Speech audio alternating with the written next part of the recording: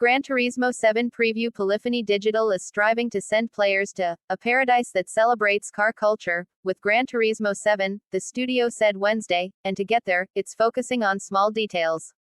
A video showcase introducing PlayStation's latest driving simulator made it clear that developers are digging deep into the PS5's capabilities to deliver photorealistic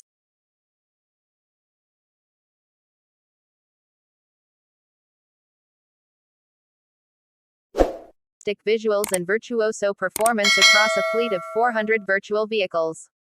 For example, in Gran Turismo 7, nighttime skies will show the stars in scientifically accurately configurations for the location and time of any given race. Rain will collect and dry variably, depending on the parts of a track where it usually puddles or runs off. Ray tracing will be supported in one of two graphical performance modes, providing more lifelike shadows, shines, and reflections than ever before. The advanced haptic feedback of the DualSense controller will communicate the difference in one car's brake pedal versus another's, and transmit the feeling of driving or drifting across different surfaces through players' hands. And three-dimensional audio engineering will present your car's engine note rumbling somewhere in front of you, raindrops plunking against the roof overhead, and the sound of another driver doppelering by on the track. We want to excite people to the allure of cars, even without any prior knowledge, and become aware of just how fun it is to drive, own, or tune them, series creator Kazunori Yamauchi told media in a recorded presentation earlier this week. Yamauchi lamented that in the present day, you won't find as many people talking about car culture anymore. Gran Turismo 7, he said, was produced with an understanding of this new day and age. Translation: for all the audiovisual fidelity Polyphony Digital is promising, Yamauchi says Gran Turismo 7 will still be as accessible to those looking for a pick-up-and-drive experience as it is for longtime fans of precision motorsports simulations. For starters, the career mode you know and love that was hastily patched into sport during the title's lifetime, is now bolted in, standard. However, Polyphony Digital has eschewed the cold world map menus for a quirky little car suburbia. Shopportunities are in easy driving distance, friend. You can go tire kick 400 cars in 3 dealerships, including brand central, new cars from 2001 onwards, legendary cars, iconic wallet destroyers, and used cars, a rotating list of lemons with sawdust in the gearbox to make them sound okay, probably. Just down the road is the Car Cafe, truly one of the quaintest inclusions in this Radiator Springs-esque burg. Basically, you'll park your butt in a chair, pick up one of 30-plus menu books and complete any activities, assignments, dishes on the list. Consume all of the items on the menu, and a figure from the automotive industry will pull up a virtual chair and regale you with some of their memories about the car manufacturer featured in said menu.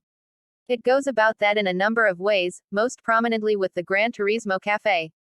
Accessed from the world map, which makes a return in this outing, the cafe is designed to deepen players' knowledge and love of the automobile. Its 30 quests, centered around a range of classic cars, not only help fill your garage but also give you an introduction to automotive history, with notes from car designers and details of their creations. That emphasis on storytelling carries through to Brand Central, where you can buy more than 300 car models from 50-plus worldwide manufacturers. Each brand has not only its own showroom, they also all have a virtual museum that takes you through their origins, history, and design ethos. It's a level of detail that certainly won't be for everyone but is included specifically to seed a love for the cars themselves. A lot has changed in the games industry in the last 9 years, and in terms of driving games that's included the rise in prominence of the Forza franchise. The Forza Motorsport games were originally created as direct competitors to Gran Turismo, but recently they've fallen by the wayside, replaced in popularity by the more arcade-style Forza Horizon. If and when Forza Motorsport will return is unclear, but its fortunes suggest there may be less interest in the sort of exacting simulation that Gran Turismo was once famed for. Forza Horizon lets you rewind time if you make a mistake, drive over fields and through hedgerows, and generally do whatever the hell you like in the name of a good time, with nothing to stand in your way.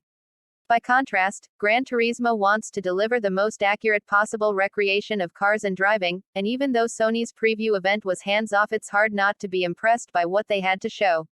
Gran Turismo 7 is nothing if not utterly fastidious in every single respect. Its car physics takes into account weight distribution, air resistance, the effect of wind direction, the driver's mass and position, as well as front and rear body height. When you customize your car, its class rating is no longer a simple ratio of power to weight to tire grip.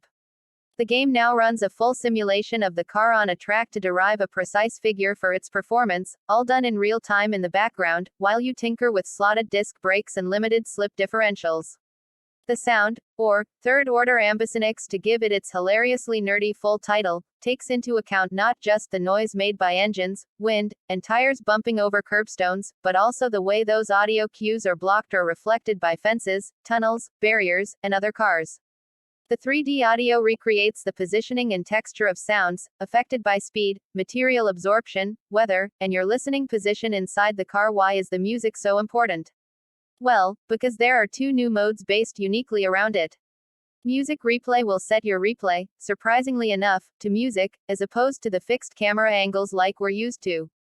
In theory, this means that the replays will be dynamic and different every time, depending on which song is playing. Camera angles will change as the beat changes, with the game deciding where to place the camera reckoning on what's happening in the music. In theory, this sounds super neat and novel, a way to shake up a well-known formula. In practice, the example we were shown looked pretty much exactly like a normal replay with more wonky camera angles.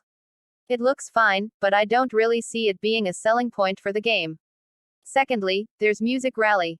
A musical spin on a time trial checkpoint mode, where going through gates extends the song by a certain number of beats, like time in a time trial. The objective of the mode is to enjoy the music, and get to the end of the song without running out of beats. If you do, you win and everybody goes home happy.